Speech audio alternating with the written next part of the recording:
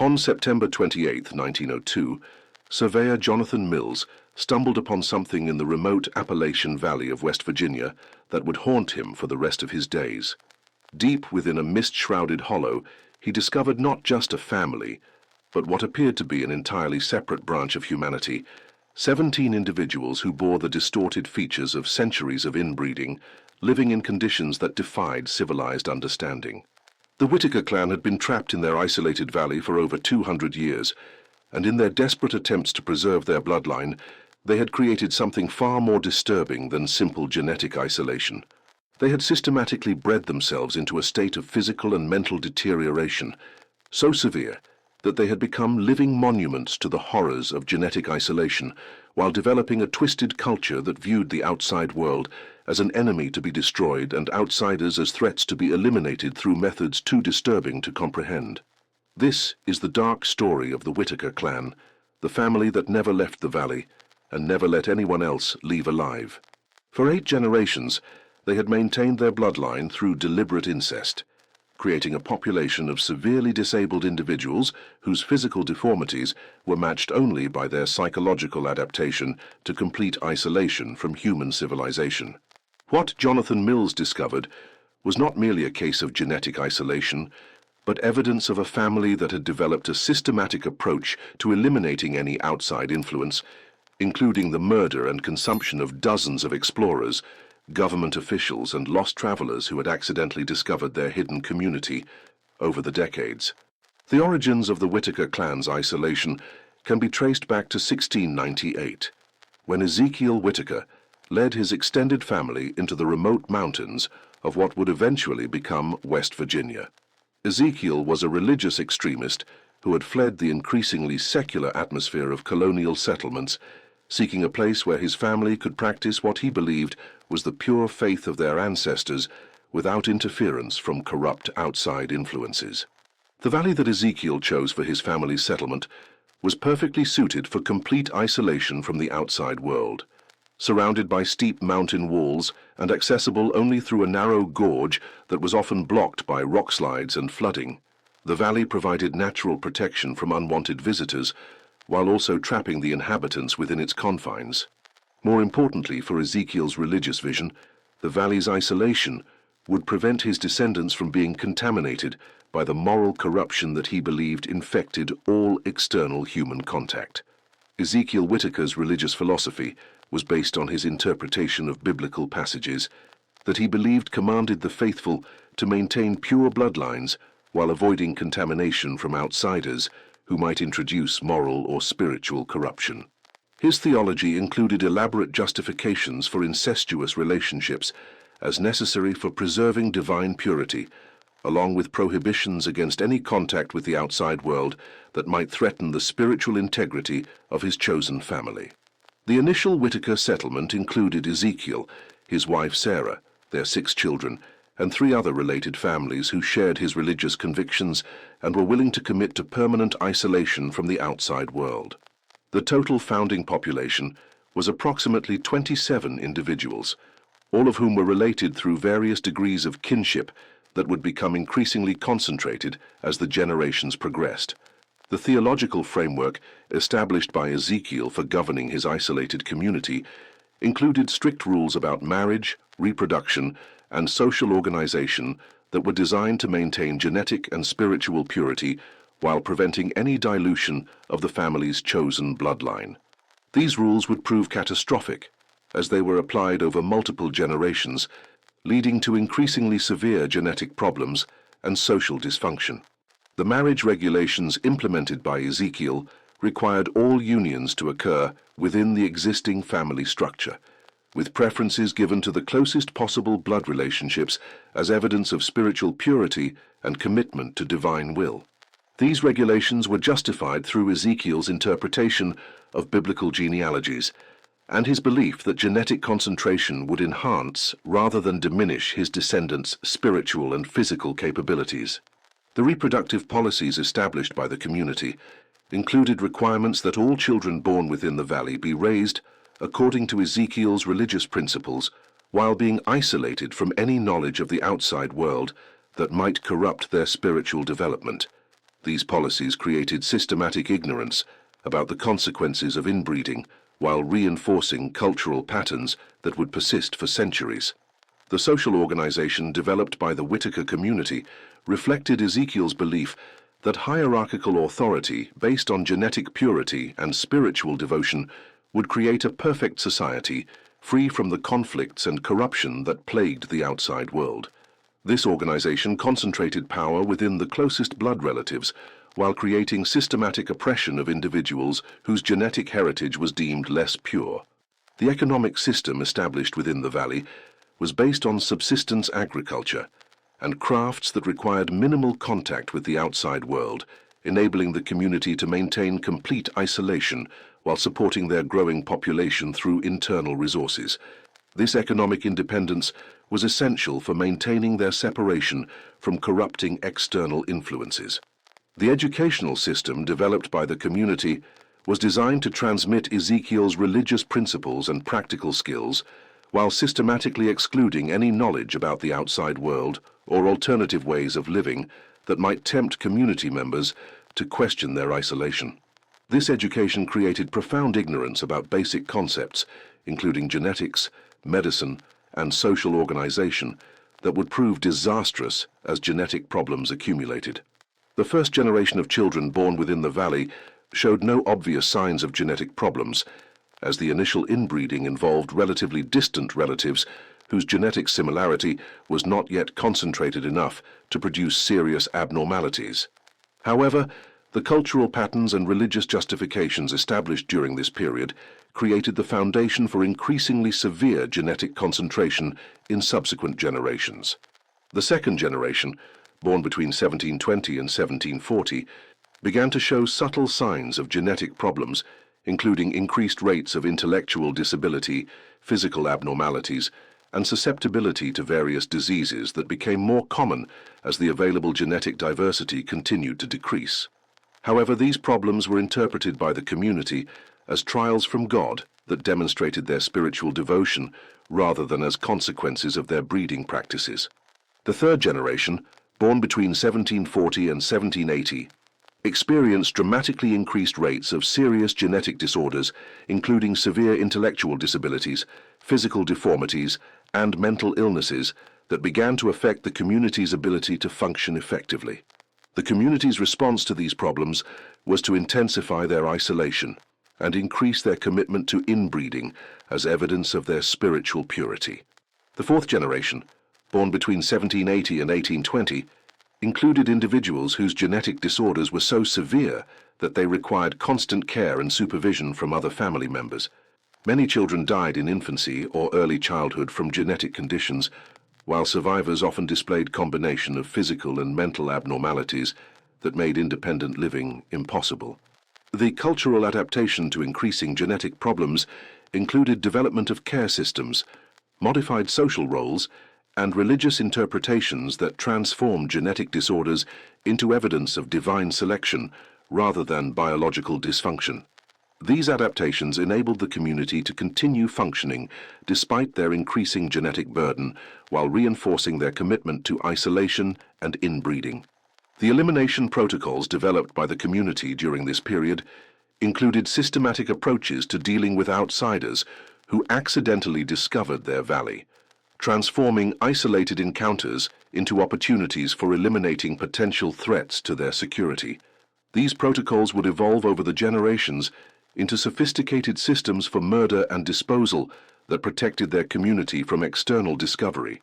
The fifth generation, born between 1820 and 1860, represented the period when genetic disorders became so severe and widespread that normal social organization became impossible, leading to the development of alternative social structures based on care relationships, dependency networks, and modified family roles that accommodated the community's increasing dysfunction. The physical abnormalities common in this generation included severe intellectual disabilities, spinal deformities, sensory impairments, and various genetic syndromes that affected nearly every individual within the community. Despite these problems, the community's commitment to isolation and inbreeding remained unshaken, as religious interpretations continued to portray their conditions as evidence of divine favor rather than genetic disaster. The social organization that emerged during this period included complex systems of mutual care and dependency that enabled severely disabled individuals to survive and reproduce despite their genetic limitations. These systems created interdependent networks that reinforced community cohesion while making individual departure from the valley virtually impossible. The development of specialized roles within the community accommodated the various disabilities and limitations affecting different individuals, creating functional social structures despite the severe genetic problems that affected the majority of the population. These roles included caregivers, guards, hunters, and other positions that utilized whatever capabilities individual members retained. The defensive protocols established during this generation included systematic approaches to identifying, capturing, and eliminating outsiders who might threaten the community's security through exposure to the outside world. These protocols were justified as necessary protection for vulnerable community members, while also serving the practical purpose of preventing discovery of their genetic condition and social organization. The sixth generation, born between 1860 and 1900, experienced genetic problems so severe that survival to adulthood became increasingly rare, while those who did survive often displayed multiple severe disabilities that required constant care and supervision. The community's adaptation to these conditions included development of modified reproductive strategies, alternative care systems, and intensified isolation protocols. The reproductive strategies employed during this period included systematic breeding programs designed to maximize the survival of offspring despite severe genetic limitations, along with selective pressure that favored individuals whose genetic combinations produced the most viable children. These strategies were implemented without understanding of genetic principles, but reflected practical adaptation to their deteriorating genetic condition. The care systems developed during this generation included sophisticated networks of mutual assistance, modified living arrangements, and specialized roles that enabled severely disabled individuals to contribute to community survival despite their limitations. These systems represented remarkable social innovation in response to unprecedented genetic challenges. The isolation protocols implemented during this period included elaborate systems for monitoring the valley's perimeter, eliminating potential threats, and maintaining secrecy about the community's existence and condition. These protocols had evolved from simple defensive measures into systematic approaches to murder and concealment that protected the community from external discovery. The elimination techniques developed by the community included methods for capturing, killing, and disposing of outsiders who discovered their valley, along with procedures for eliminating all evidence of these encounters to prevent external investigation. These techniques were refined through decades of experience and represented sophisticated criminal capabilities despite the community's genetic limitations. The seventh generation, born between 1900 and 1940, included individuals whose genetic disorders were so severe that basic survival functions were impaired, leading to high infant mortality rates and requiring intensive care for those who survived to maturity. The community's adaptation to these conditions included development of modified social structures, alternative communication systems, and intensified commitment to isolation. The communication systems developed within the community accommodated various disabilities, including hearing impairments, speech difficulties, and cognitive limitations that made normal language impossible for many individuals. These systems included gestures, basic signs, and modified vocalizations that enabled community coordination despite severe communication barriers. The social structures that emerged during this period reflected the community's adaptation to widespread disability, creating roles and relationships that maximized individual contributions while accommodating severe limitations. These structures enabled community survival despite genetic problems that would have been fatal in any other social context. The surveillance systems implemented by the community included sophisticated methods for monitoring their territory, detecting intruders, and coordinating defensive responses that protected their isolation despite their various disabilities. These systems demonstrated remarkable adaptation and innovation in response to external threats. The disposal protocols developed during this generation included efficient methods for eliminating evidence of encounters with outsiders, along with procedures for processing human remains that served both practical and nutritional purposes within the community's subsistence economy. The eighth generation, born after 1940, included the individuals discovered by surveyor Jonathan Mills in 1902, representing the culmination of over 2 centuries of genetic concentration and cultural adaptation to extreme isolation. These individuals displayed the most severe genetic disorders, yet observed within the community, while also demonstrating the most sophisticated criminal capabilities for eliminating external threats. The discovery of the Whitaker clan by Jonathan Mills occurred during a government surveying expedition that was mapping remote areas for potential railroad development. Mills was working alone in a section of mountainous terrain that had never been officially surveyed when he accidentally discovered the narrow gorge that provided access to the hidden valley. Mills's initial observations of the Whitaker community were recorded in detailed journal entries that documented both the severe genetic disorders affecting community members and the sophisticated social organization that had evolved to accommodate their disabilities. His professional training as a surveyor enabled him to recognize the significance of what he was observing, while also providing him with skills necessary for his eventual escape. The community's response to Mills's discovery followed established protocols for dealing with outsiders, beginning with surveillance and assessment of the threat he represented, followed by systematic efforts to capture and eliminate him before he could report their existence to external authorities. The capture attempt failed when Mills recognized the danger he faced and managed to escape through his knowledge of wilderness survival and surveying techniques that enabled him to navigate the difficult terrain surrounding the valley. His escape marked the first time in decades that an outsider had discovered the community and survived to report their existence. The investigation launched following Mills' report involved federal authorities who were initially skeptical about his claims, but eventually mounted an expedition to verify his observations and assess the situation. The investigation would ultimately reveal evidence of systematic murder, spanning multiple generations while also documenting one of the most severe cases of genetic isolation ever discovered.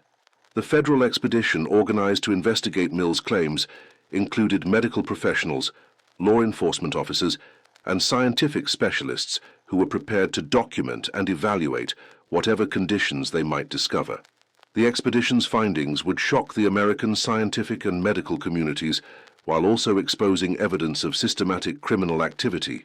The evidence discovered during the federal investigation included physical remains of numerous victims, documentation of the community's elimination protocols, and comprehensive assessment of the genetic conditions affecting community members. This evidence provided clear proof of both the systematic murder of outsiders and the severe consequences of long-term genetic isolation. The medical evaluation of the Whitaker community revealed genetic disorders of unprecedented severity, including combinations of physical and mental abnormalities that had never been documented in medical literature. The community represented a unique case study in the effects of extreme genetic isolation while also demonstrating remarkable social adaptation to severe disabilities. The criminal investigation revealed evidence of systematic murder spanning multiple decades, with victim remains indicating that dozens of explorers, government officials, and lost travelers had been killed and disposed of by community members despite their severe disabilities. The investigation exposed sophisticated criminal capabilities that contradicted assumptions about the relationship between genetic disorders and criminal behavior.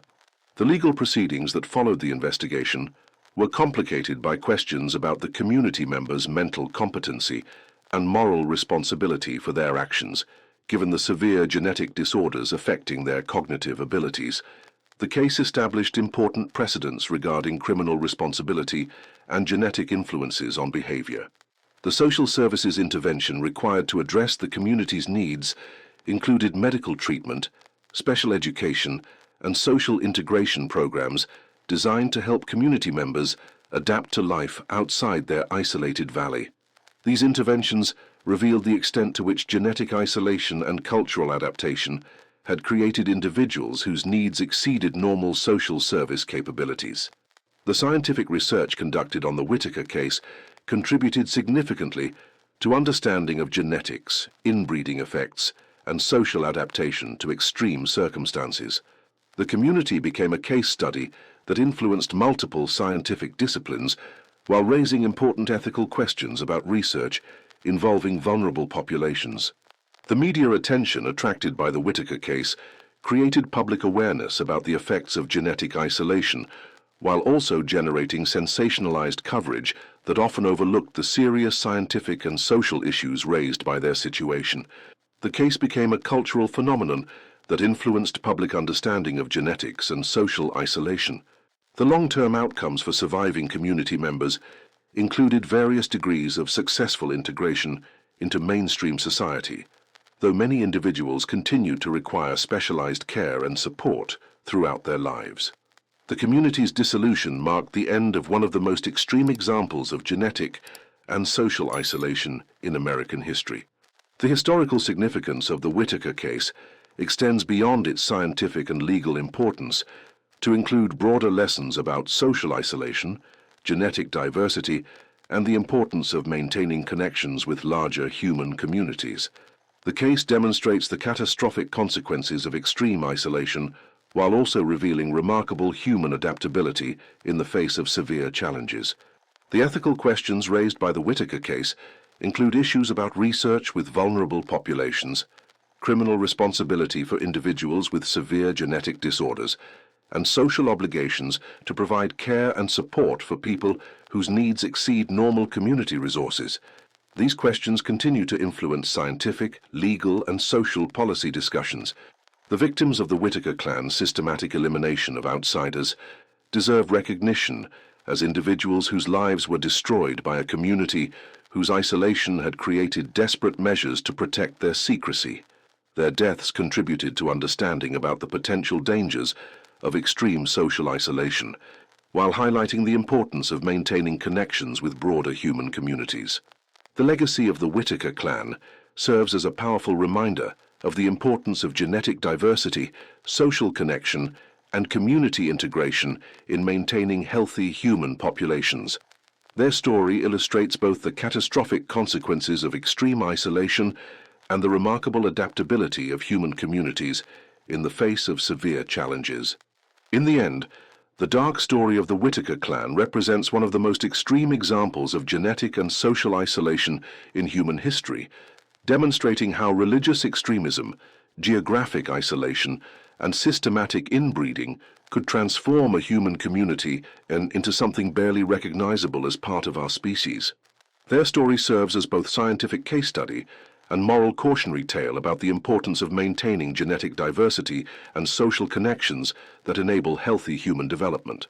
The 17 individuals discovered in that hidden valley in 1902 were not monsters, but rather the tragic products of systematic isolation that had concentrated genetic disorders while creating desperate defensive behaviors that included systematic murder of outsiders. Their story reminds us that human communities require diversity, connection, and integration with larger societies to maintain the genetic and cultural health that enables our species to thrive. The valley that once imprisoned the Whitaker clan has long since been abandoned, but their story continues to influence scientific understanding of genetics, social organization, and the fundamental human need for community connections that transcend the boundaries of kinship and isolation. Their tragic legacy serves as permanent reminder that diversity and openness rather than purity and isolation are the foundations of healthy human communities. The detailed investigation into the genetic conditions affecting the Whitaker clan revealed disorders of unprecedented severity and complexity that challenged medical understanding of hereditary diseases and the limits of human genetic adaptation. The community represented a living laboratory of genetic concentration that provided unique insights into the cumulative effects of inbreeding over multiple generations.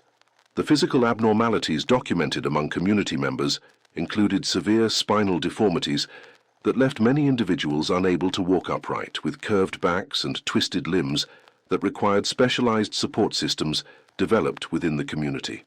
These deformities were accompanied by joint problems, muscle weakness, and coordination difficulties that made basic daily activities challenging for most community members.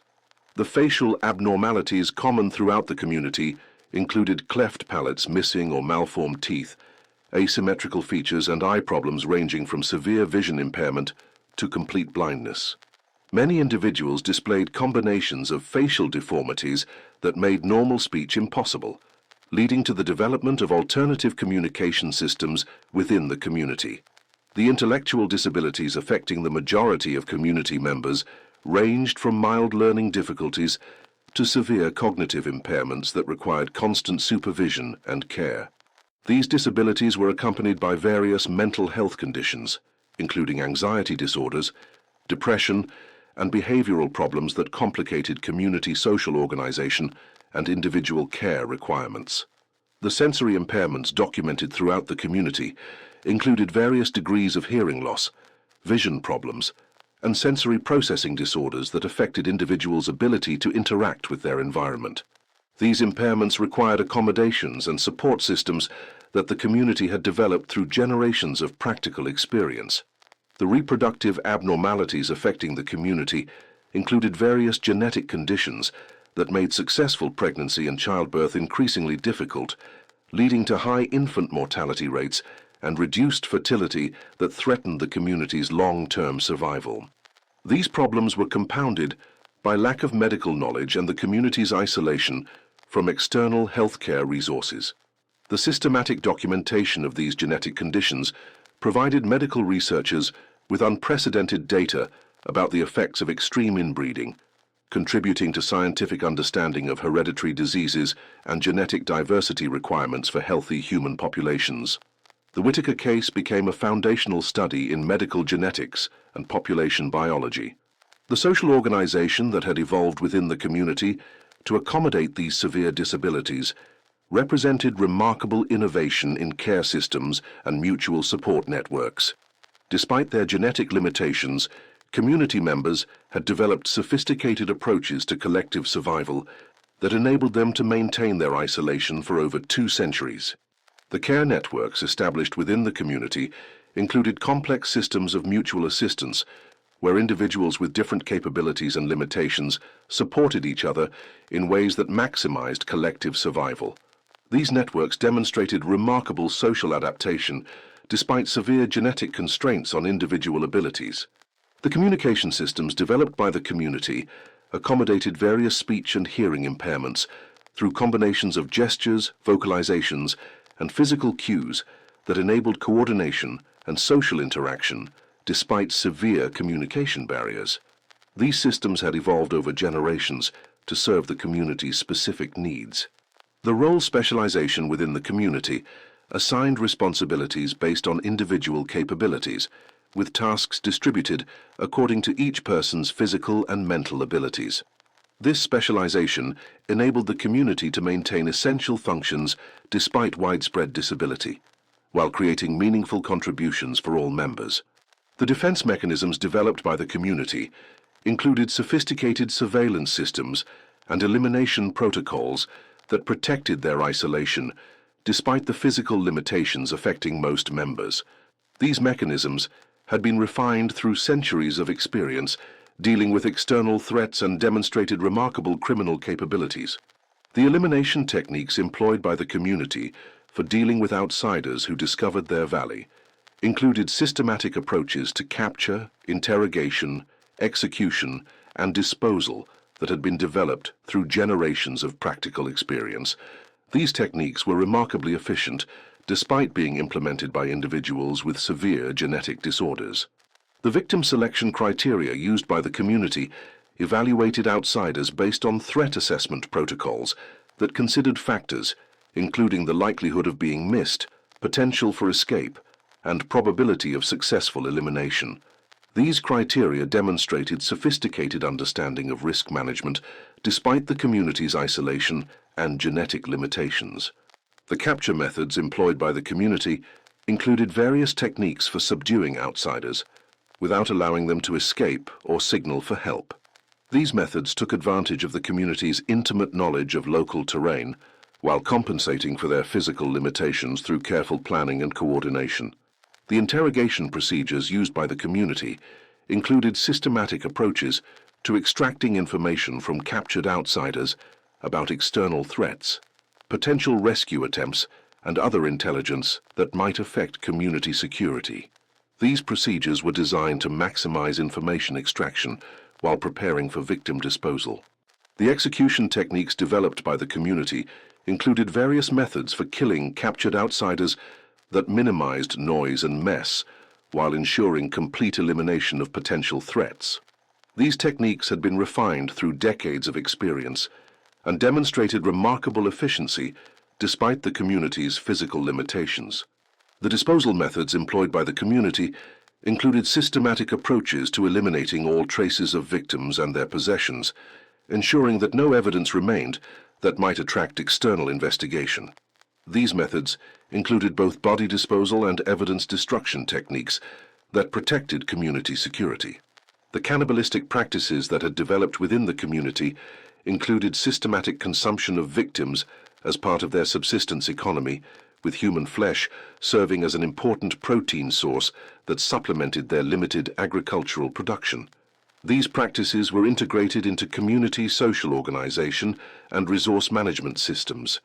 The food processing techniques developed by the community included methods for butchering, preserving, and preparing human flesh that maximized nutritional value while accommodating various dietary restrictions and preferences within the community. These techniques had been refined through generations of practical experience.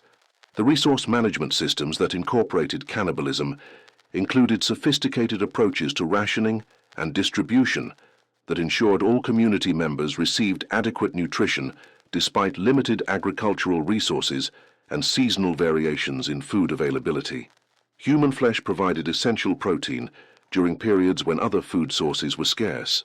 The ritual aspects of cannibalistic consumption included ceremonial practices that integrated the consumption of outsiders into the community's religious and social framework.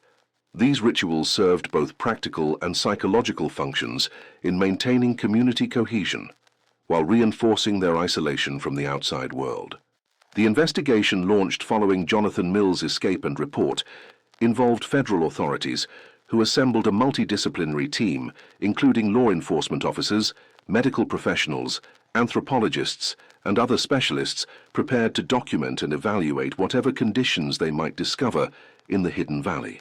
The expedition planning required extensive preparation for accessing the remote valley, including specialized equipment for difficult terrain, medical supplies for potential emergency situations, and documentation materials for recording whatever evidence they might encounter. The expedition represented one of the most ambitious federal investigations ever undertaken in such challenging circumstances. The approach strategy developed by federal authorities included careful reconnaissance of the valley's geography, assessment of potential dangers, and coordination of multiple teams to ensure comprehensive investigation while minimizing risks to expedition members. The strategy reflected lessons learned from Mills's experience and attempted to prevent community members from escaping or destroying evidence. The initial contact with the community involved careful observation and documentation of living conditions, social organization, and individual conditions before attempting direct interaction with community members. This approach was designed to minimize disruption while gathering essential evidence about the community's situation and criminal activities. The evidence documentation procedures employed by the expedition included systematic photography, detailed written records, medical examinations, and collection of physical evidence, including victim remains and community artifacts. These procedures were designed to create comprehensive records that could support both scientific analysis and legal proceedings. The victim identification process involved systematic examination of human remains discovered throughout the valley, along with attempts to match recovered personal effects with missing person reports from across the region. This process revealed evidence of systematic murder spanning multiple decades and involving victims from various backgrounds. The community member evaluation included comprehensive medical examinations that documented the extent and nature of genetic disorders affecting individuals, while also assessing their mental competency and potential criminal responsibility for the systematic elimination of outsiders. These evaluations were complicated by the severe disabilities affecting most community members. The criminal investigation revealed evidence of systematic murder that included detailed documentation of elimination techniques, victim disposal methods, and resource utilization practices that demonstrated sophisticated criminal capabilities despite widespread genetic disabilities within the community. The legal challenges posed by the Whitaker case included questions about criminal responsibility for individuals with severe genetic disorders, the capacity for informed consent among community members, and appropriate legal responses to systematic criminal activity conducted by a population with extensive disabilities. The competency evaluations conducted on community members attempted to determine their ability to understand legal proceedings, assist in their defense, and comprehend the moral and legal implications of their actions. These evaluations were complicated by communication barriers, cognitive impairments, and cultural isolation that made standard assessment techniques inadequate. The prosecution decisions made by federal authorities reflected careful consideration of the unique circumstances surrounding the case, including the community members' genetic conditions, their cultural isolation, and the systematic nature of their criminal activities. These decisions established important precedents for similar cases involving populations with extensive disabilities. The defense strategies employed by attorneys representing community members included arguments about diminished capacity, cultural isolation, survival necessity, and the influence of genetic disorders on decision-making capabilities. These strategies raised fundamental questions about criminal responsibility and moral culpability in extreme circumstances. The sentencing considerations involved balancing the severity of the crimes against the unique circumstances of the defendants, including their genetic conditions, cultural isolation, and limited understanding of external legal and moral standards. The sentences ultimately imposed reflected attempts to achieve justice while acknowledging the extraordinary circumstances of the case. The institutional placement decisions for community members who were not subject to criminal penalties involved finding appropriate facilities that could provide necessary medical care, social services, and security while accommodating their unique needs and backgrounds. These placements required extensive coordination between multiple agencies and institutions. The social integration programs developed for community members included specialized education, medical treatment, vocational training, and social services designed to help individuals adapt to life outside their isolated valley. These programs faced unprecedented challenges due to the severity of the genetic conditions and cultural isolation affecting participants. The medical treatment programs established for community members included comprehensive healthcare services addressing both genetic conditions and general health problems that had been neglected during their years of isolation. These programs required specialized expertise and resources that exceeded normal healthcare capabilities. The educational interventions designed for community members included basic literacy training, social skills development, and practical life skills instruction adapted to accommodate various disabilities and learning limitations. These interventions faced significant challenges due to the participants' ages, genetic conditions, and cultural backgrounds. The research opportunities presented by the Whitaker case attracted scientists from multiple disciplines who sought to study the genetic, social, and psychological effects of extreme isolation and inbreeding. This research contributed significantly to understanding of human genetics, social organization, and adaptation to extreme circumstances. The genetic studies conducted on community members provided unprecedented data about the effects of long-term inbreeding on human populations, contributing to scientific understanding of hereditary diseases, genetic diversity requirements, and population genetics principles. These studies influenced both medical and evolutionary biology research. The anthropological research focused on the community's social organization, cultural adaptation, and survival strategies that had enabled them to maintain their isolation for over 2 centuries. This research provided insights into human adaptability and social innovation under extreme circumstances. The psychological studies examined the mental health effects of genetic disorders, social isolation, and cultural adaptation that characterized the community's development. These studies contributed to understanding of human psychology under extreme conditions, while raising important ethical questions about research with vulnerable populations. The historical research attempted to reconstruct the community's development over time, using available records, oral traditions, and archaeological evidence to understand how their isolation and genetic concentration had evolved. This research provided context for understanding the systematic criminal activities that had protected their secrecy. The media coverage of the Whitaker case created intense public interest while often sensationalizing the community's conditions and criminal activities in ways that obscured the serious scientific, legal, and ethical issues raised by their situation.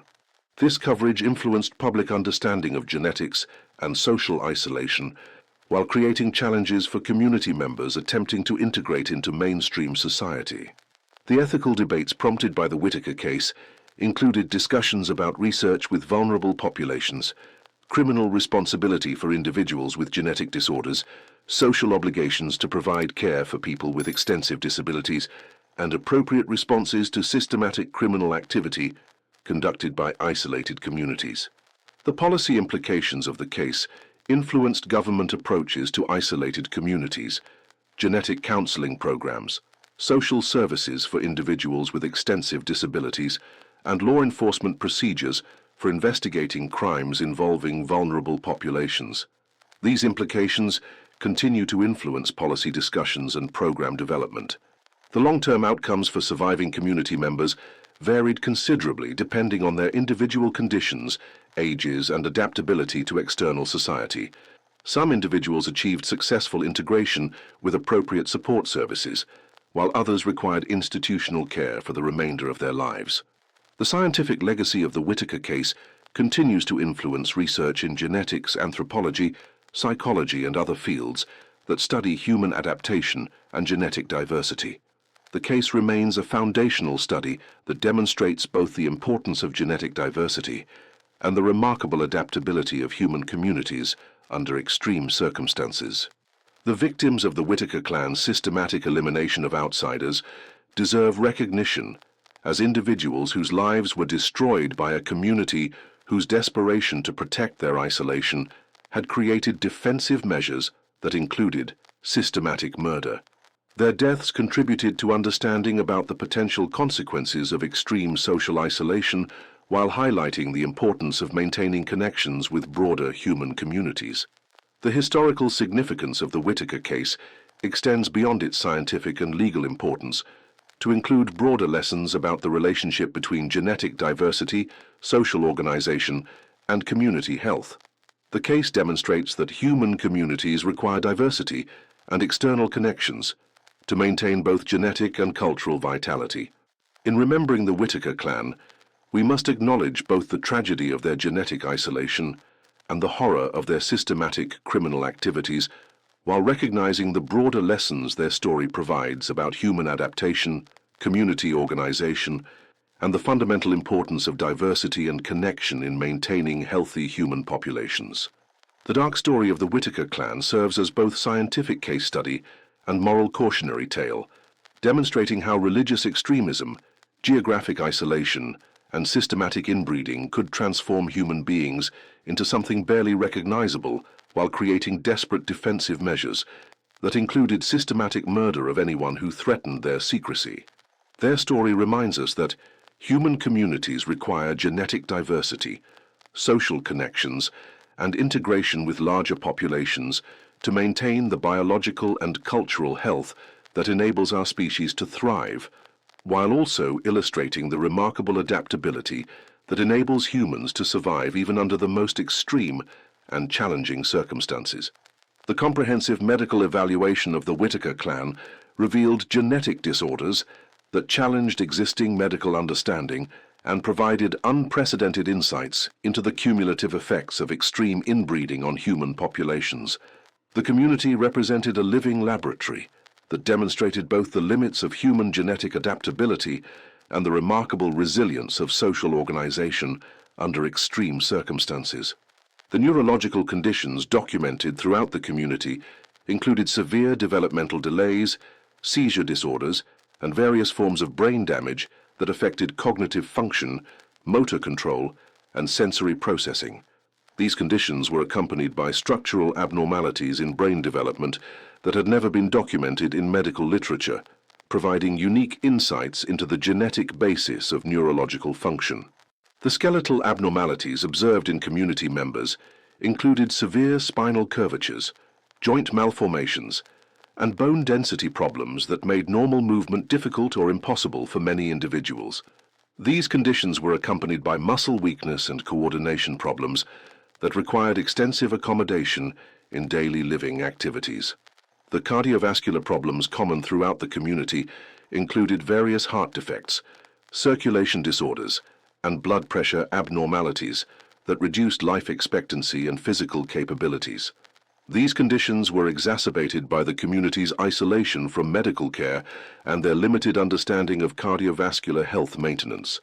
The digestive system abnormalities affecting many community members included malformations of internal organs, metabolic disorders, and nutritional processing problems that required specialized dietary accommodations. These conditions contributed to the community's reliance on cannibalistic practices as a supplementary protein source when other food options were limited. The immune system deficiencies documented in the community included increased susceptibility to infections, autoimmune disorders, and allergic reactions that made survival in their isolated environment increasingly challenging. These deficiencies were partly responsible for the high infant mortality rates and reduced life expectancy observed throughout the community. The reproductive abnormalities affecting the community included various genetic conditions that made successful pregnancy and childbirth increasingly rare, threatening the community's long-term survival despite their commitment to maintaining their bloodline through continued inbreeding. These conditions included fertility problems, pregnancy complications, and birth defects that affected successive generations. The sensory processing disorders common throughout the community included various combinations of vision problems, hearing loss, and tactile sensitivity that required accommodations in communication, navigation, and social interaction. These disorders contributed to the development of alternative communication systems and modified social organization within the community. The psychological adaptations that had evolved within the community included complex coping mechanisms, modified social roles, and alternative cognitive strategies that enabled individuals with severe genetic disorders to function within their isolated society. These adaptations demonstrated remarkable human flexibility in responding to extreme genetic and environmental challenges. The social innovations developed by the community included sophisticated care networks, resource sharing systems, and collective decision-making processes that accommodated the various disabilities and limitations affecting different members. These innovations enabled community survival, despite widespread genetic disorders that would have been fatal in any other social context. The cultural practices that had evolved within the community included modified religious ceremonies, alternative marriage customs, and unique social traditions that reflected their genetic conditions and isolation from mainstream society. These practices served important functions in maintaining community cohesion while accommodating the special needs of disabled members. The linguistic adaptations developed by the community included modified communication systems that accommodated speech difficulties, hearing impairments, and cognitive limitations affecting many members. These adaptations included gesture languages, simplified vocal communication, and visual signaling systems that enabled coordination despite severe communication barriers. The economic systems that had developed within the community included resource allocation methods, work assignment procedures, and production coordination that maximized community survival despite the limited capabilities of individual members. These systems demonstrated remarkable innovation in organizing collective activities among individuals with severe disabilities. The defensive strategies employed by the community for protecting their isolation included sophisticated surveillance methods, threat assessment procedures, and elimination protocols that had been refined through generations of experience dealing with external dangers. These strategies were remarkably effective despite being implemented by individuals with significant physical and mental limitations. The territorial control methods used by the community included systematic monitoring of access routes, early warning systems, and coordinated response procedures that prevented unwanted discovery while eliminating threats to their security. These methods took advantage of their intimate knowledge of local terrain while compensating for their physical limitations through careful planning and coordination. The victim processing procedures developed by the community included systematic approaches to capture, restraint, interrogation, and disposal that had been refined through decades of experience with outsiders who accidentally discovered their valley. These procedures were remarkably efficient despite the genetic limitations affecting those who implemented them. The interrogation techniques employed by the community included methods for extracting information from captured outsiders about potential threats, rescue parties, and other intelligence that might affect community security. These techniques were designed to maximize information extraction while preparing victims for elimination and processing. The execution methods used by the community included various techniques for killing captured outsiders that minimized noise and mess while ensuring complete elimination of potential threats to their secrecy. These methods had been developed through practical experience and demonstrated sophisticated understanding of anatomy and physiology despite limited formal education. The body processing techniques employed by the community included systematic approaches to butchering human remains for consumption while disposing of unusable portions in ways that eliminated evidence of their activities. These techniques were integrated into the community's resource management systems and represented essential survival skills. The preservation methods developed by the community included various techniques for storing human flesh and other organic materials that extended their usability while maintaining nutritional value. These methods were particularly important during winter months when other food sources were scarce and hunting opportunities were limited. The distribution systems used within the community included sophisticated approaches to allocating food resources, including human flesh, that ensured all members received adequate nutrition despite varying individual needs and capabilities. These systems reflected complex social negotiations and established hierarchies within the community. The ritual aspects of cannibalistic consumption included ceremonial practices that integrated the consumption of outsiders into the community's religious and cultural framework. These rituals served important psychological functions in maintaining community identity while reinforcing their separation from the outside world they viewed as threatening and corrupt. The storage facilities constructed by the community included specialized areas for preserving food resources, including human remains, that maintained optimal conditions for extended storage. These facilities demonstrated sophisticated understanding of food preservation principles despite the community's isolation from formal education about nutrition and food safety. The cooking techniques developed by the community included various methods for preparing human flesh that maximized palatability while accommodating dietary restrictions and preferences of different members. These techniques had been refined through generations of practical experience and represented essential survival skills. The waste management systems employed by the community included methods for disposing of unusable organic matter, bones, and other materials that could not be consumed or repurposed. These systems were essential for maintaining community health while eliminating evidence that might attract unwanted attention from potential investigators.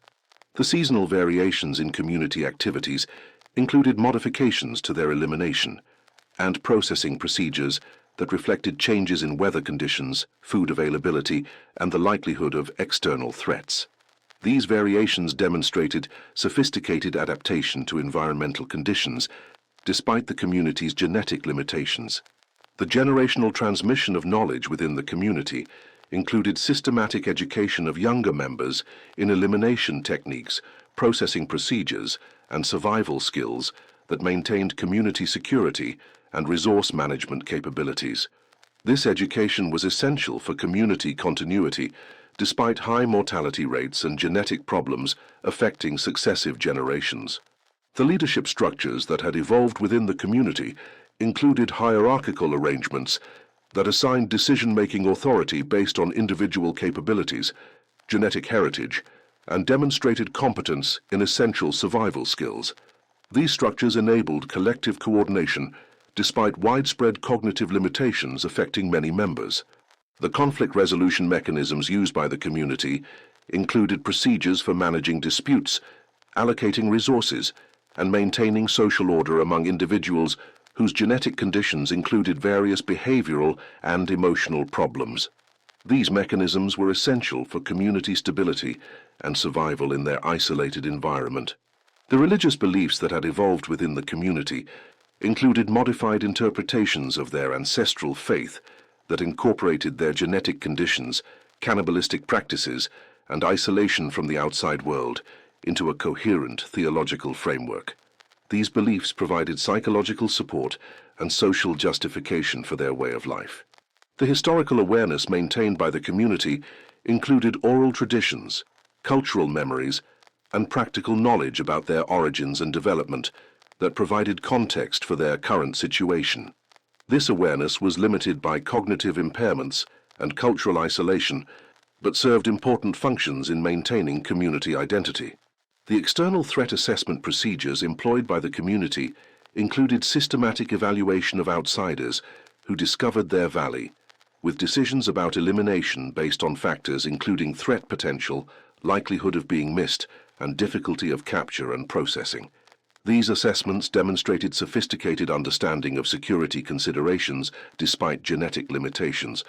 The evidence destruction protocols used by the community included comprehensive procedures for eliminating all traces of outsiders and their possessions that might attract external investigation.